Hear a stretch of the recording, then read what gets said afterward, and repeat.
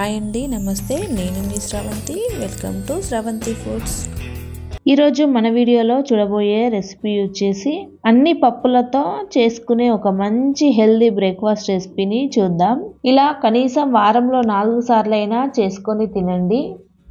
Taste చాలా బాగుంటుంది, ఆరోగ్యానికి కూడా చాలా మంచిది. ఇలా చేసుకున్న దోశలను 1 కానీ 2 కానీ తిన్నట్లయితే రోజంతా ఎనర్జీగా ఉంటాము, త్వరగా కూడా ఆకలి వేయదు. తప్పకుండా ఓసారి ట్రై చేయండి. ఇప్పుడు దీని ప్రాసెస్ ఎలానో చూద్దాం. ఇలా ఒక పెద్ద ప్లేట్లోకి 1 కప్పు శనగలను వేసుకోవాలి. అలాగే 1 కప్పు పెసలను వేసుకోవాలి.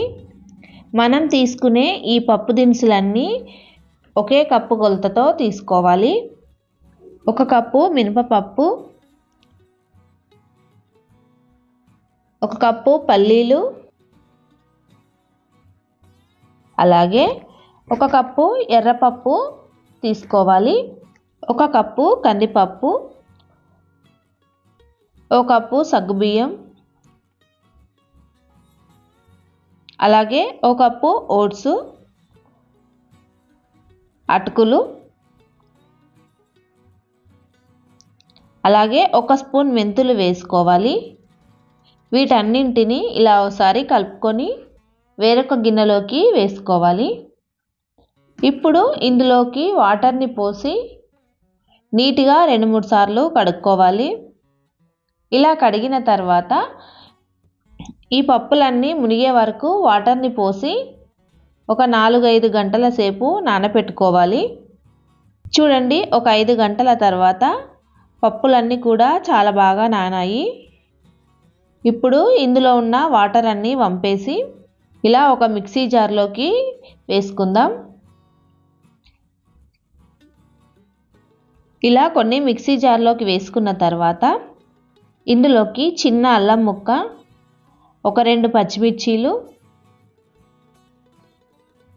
1/2 స్పూన్ జీలకర్ర వేసి తగినన్ని వాటర్ పోసి మెత్తగా మిక్సీ పట్టుకుందాం.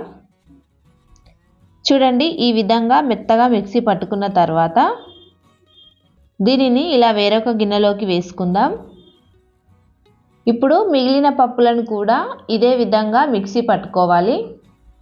చూడండి, ఇలా నెక్స్ట్ వాయి కూడా మిక్సీ పట్టుకున్న తర్వాత ఈ రెండింటిని బాగా కలిసేలా కలుపుకోవాలి. ఇలా అంతా బాగా కలిసేలా కలుపుకున్న తర్వాత మీకు టైం ఉండేది ఉంటే ఒక అరగంట సేపు పక్కన పెట్టేసుకోండి, లేకుంటే వెంటనేనైనా దోశల్లా వేసుకోవచ్చు. చూడండి, నేను ఇక్కడ ఒక అరగంట సేపు పక్కన పెట్టాను.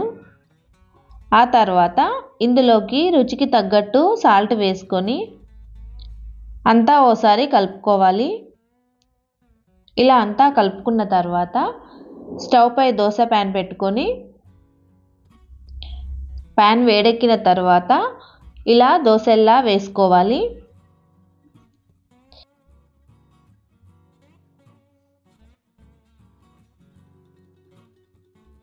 దీనిపై ఇలా సన్నగా తరిగిన ఆనియన్స్ని వేసుకోవాలి. ఇప్పుడు కొద్దిగా ఆయిల్ని ఇలా అంతా స్ప్రెడ్ చేసుకొని మంటను మీడియం ఫ్లేమ్లో పెట్టి కాల్చుకోవాలి. చూడండి, ఇలా కాలిన తర్వాత దీనిని తీసేసుకుందాం.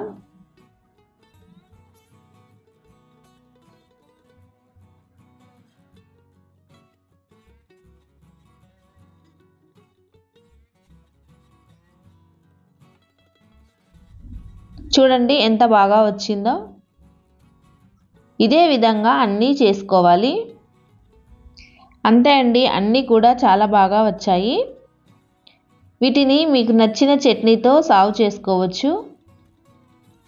టేస్ట్ కూడా చాలా బాగుంటాయి. ఇలా అన్ని పప్పులతో కలిపిన ఈ దోశలను వారంలో 4 రోజులైనా వేసుకొని తిన్నట్లయితే ఆరోగ్యానికి చాలా మంచిది. రోజంతా ఎనర్జీగా కూడా ఉంటాము. తప్పకుండా ఓసారి ట్రై చేయండి. ఈ వీడియో కనుక మీకు నచ్చినట్లయితే మీ ఫ్యామిలీ అండ్ ఫ్రెండ్స్కి షేర్ చేయండి. మన ఛానల్ని సబ్స్క్రైబ్ చేసుకోండి. Thank you for watching.